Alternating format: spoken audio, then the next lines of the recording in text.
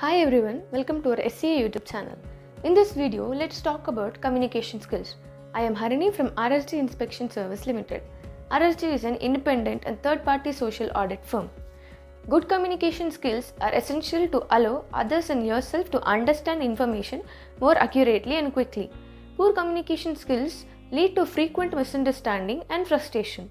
A professional social complaints auditor requires a blend of technical and interpersonal communication skills to assess complaints effectively, interact with diverse stakeholders, and convey findings clearly. Below is a breakdown of the essential communication skills that helps auditor perform their duties efficiently.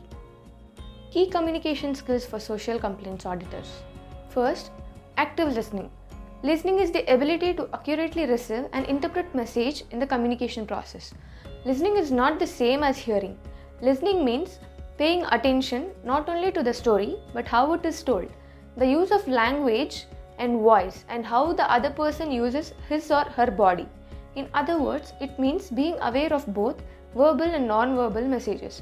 Your ability to listen effectively depends on the degree to which you perceive and understand these messages. Clarity and precision in speaking. Purpose: to explain the purpose of the audit and complaint standards to workers and management in a simple, understandable way.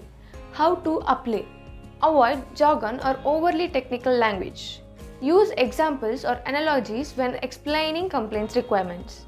Be concise and direct, especially when asking questions or giving instructions. Example: clearly explaining to workers the purpose of the audit interview and assuring them of confidentiality. Third, effective questioning techniques. Purpose: to gather accurate information without causing discomfort or suspicion. How to apply: use open-ended questions to encourage detailed responses. Employ probing questions to clarify vague answers. Be non-leading and neutral to avoid influencing responses. Example: asking workers, "Can you describe your working experience overtime here?" instead of, "Do you feel forced to work overtime?" Fourth, cultural sensitivity and adaptability. Purpose: to communicate respectfully with individuals from different backgrounds and cultures. How to apply: be aware of cultural norms and adjust your communication styles accordingly. Use interpreters when necessary to ensure clarity. Show respect for customs and avoid culturally insensitive language. Example: understanding that in some cultures, workers might feel reluctant to speak openly, requiring a more patient, indirect approach. Fifth, nonverbal communication awareness. Purpose: to recognize underlying emotions or discomfort that might not be expressed verbally. How to apply: observe body language, facial expression, and the tone of voice. Adjust your approach if you notice signs of discomfort or reluctance. Maintain open and positive body language to build rapport.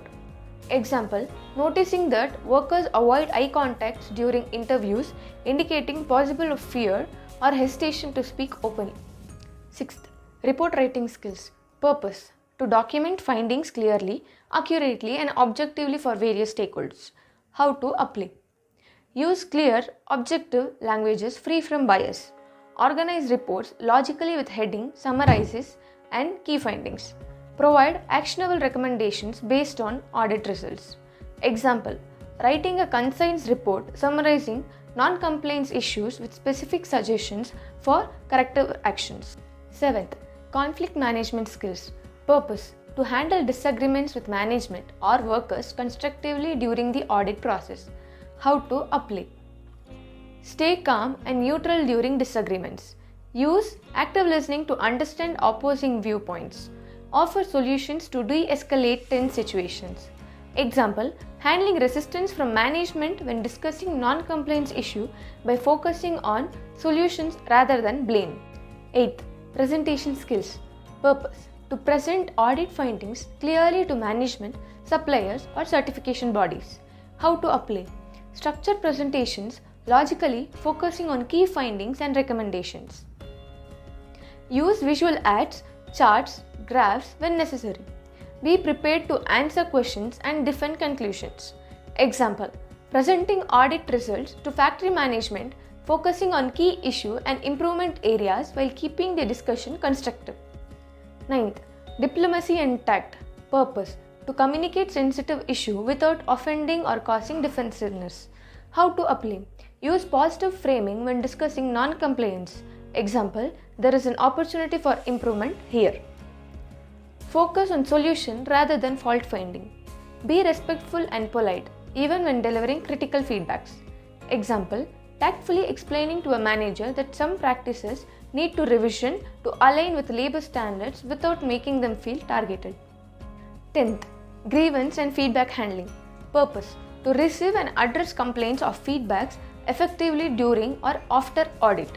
How to apply: encourage workers and managers to share feedbacks openly. Respond promptly and professionally to any grievance.